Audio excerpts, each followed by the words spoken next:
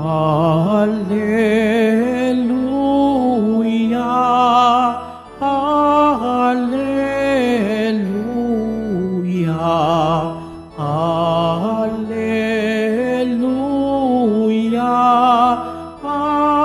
Alleluia.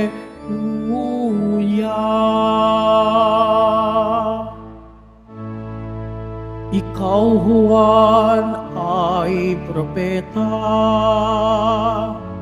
sinugo pang manguna sa manunubos ng sala. Alleluia, Alleluia, Alleluia, Alleluia.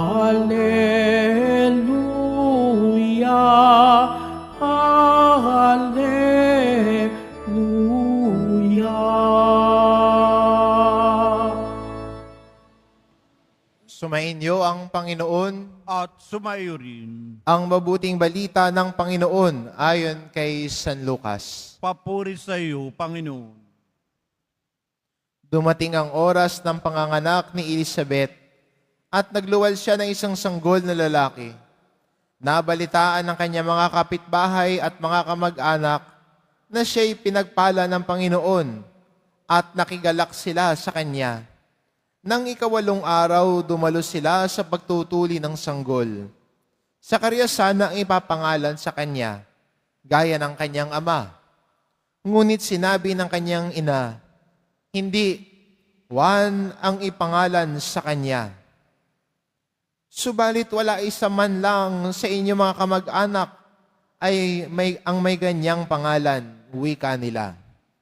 Kaya't hinudyatan nila ang kanyang ama at tinanong kung ano ang ibig niyang itawag sa sanggol.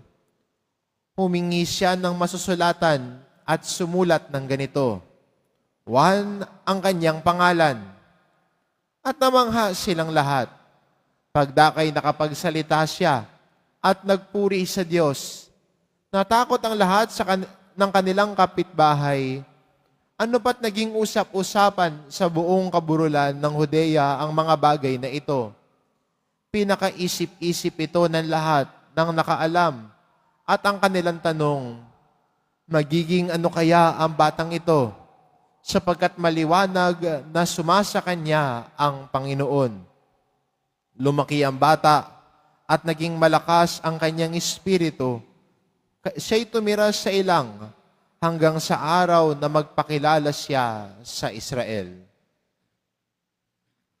Ang mabuting balita ng Panginoon. Pinupuri ka namin, Panginoong Hesukristo. Maupo po tayo.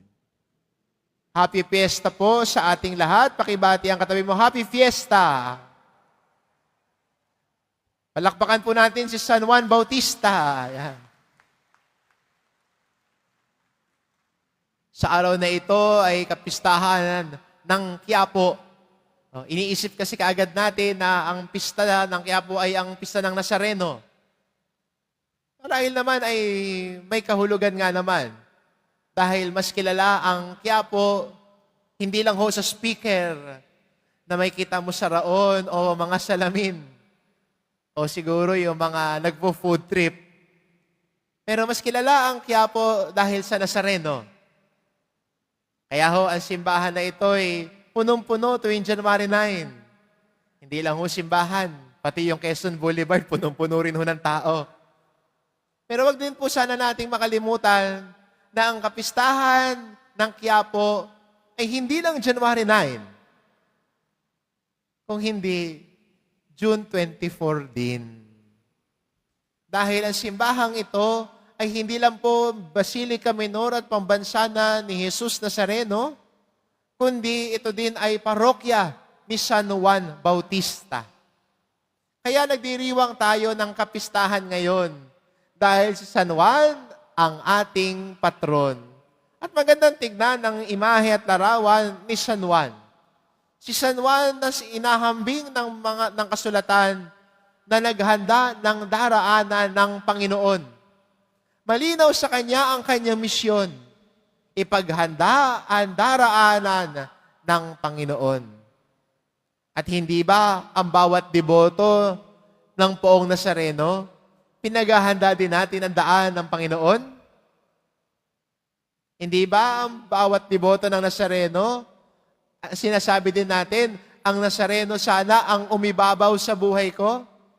Siya ang mas makita, siya ang mas lumiwanag, at ako'y handang bumaba?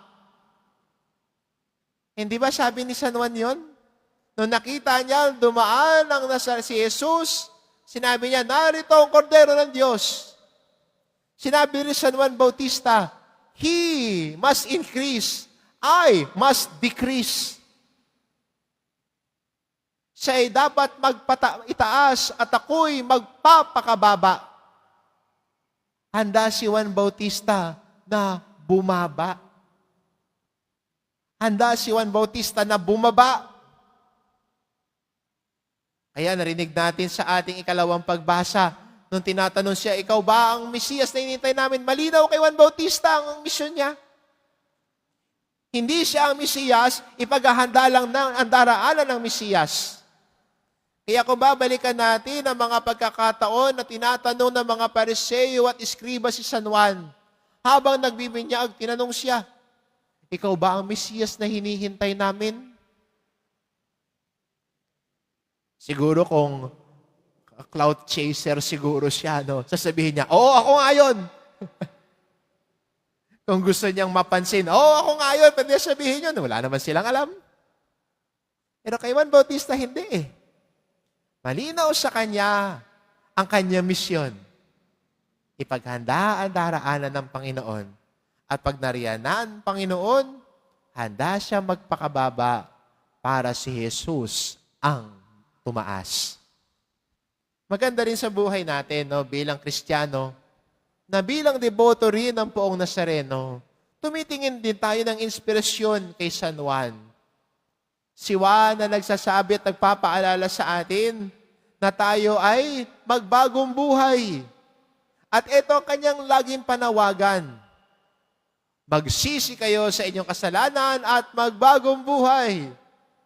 Hindi ba ang deboto ng Nazareno nagsusumikap na magbagong buhay? Hindi ba sa ating debosyon sa Poong Nazareno, nagsusumikap tayo na lumago bilang isang Kristiyano at talikuran ng ating mga kasalanan? Walang masama sa pagbabagong buhay. Maganda nga yun eh. Di ba maganda kung tayo ay mas sumusunod kay Jesus na itinuturo ni San Juan bilang kordero ng Diyos? Di ba maganda dahil sa ating debosyon at turo din ni San Juan para buo nating matanggap si Jesus, tayo ay magbabalik loob sa salita ng Diyos at magsisi sa ating kasalanan? Di ba maganda yon? Kaya para mas lumago tayo sa pagdebosyon natin, si Juan Bautista sana ang pakinggan na nagtuturo sa atin kay Jesus na talikuran ang ating mga kasalanan at tahakin ang pagbabago ng buhay. Maganda rin ipaalala rin sa atin ni San Juan na sana tayo bilang mga Kristiyano ay tulad ng kanyang mga aral at turo, tulad ng sinasabi ni San Juan, tayo din po sana ay handang magpakababa. Karamihan kasi sa atin gusto natin ng spotlight, gusto nating mapansin, gusto nating makita. Kaso nga minsan, sa kagustuhan nating makita tayo, natatakpan na natin si Jesus. Sa kagustuhan nating mapansin tayo at mapicturean tayo, natatakpan na natin ang nais makita ng mga tao. Hindi ikaw, kundi si Jesus. Kaya sana, tulad ng sinasabi ni San Juan, ang bawat deboto ng Poong Nazareno, pwede din sabihin, I must decrease and He must increase. Kaya bunga ng ating debosyon, handa tayong bumaba. Handa tayong bumaba para si Jesus ang maiakyat natin sa buhay natin. Hindi tayo naghahangad ng makita. Hindi tayo nahangad na mapansin, magkaroon ng followers, kundi ang nais natin, si Jesus ang magkaroon ng mas maraming follower. Kaya di ba, hindi big deal kay San Juan, no ang ibang sa kanyang mga tagasunod ay mas pinili at sumunod na kay Jesus. Para sa kanya, hindi big deal yun.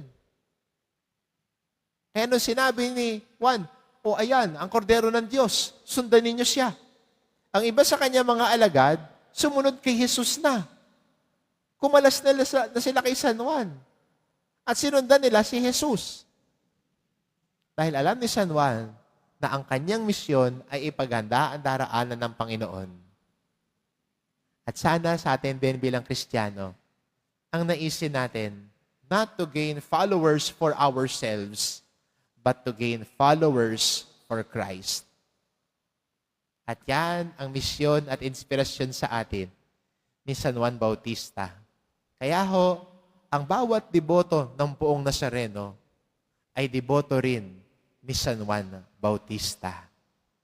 Si San Juan Bautista na pinakadakila sa lahat ng propeta dahil siya ang naghanda ng daraanan ng Panginoon. Amen.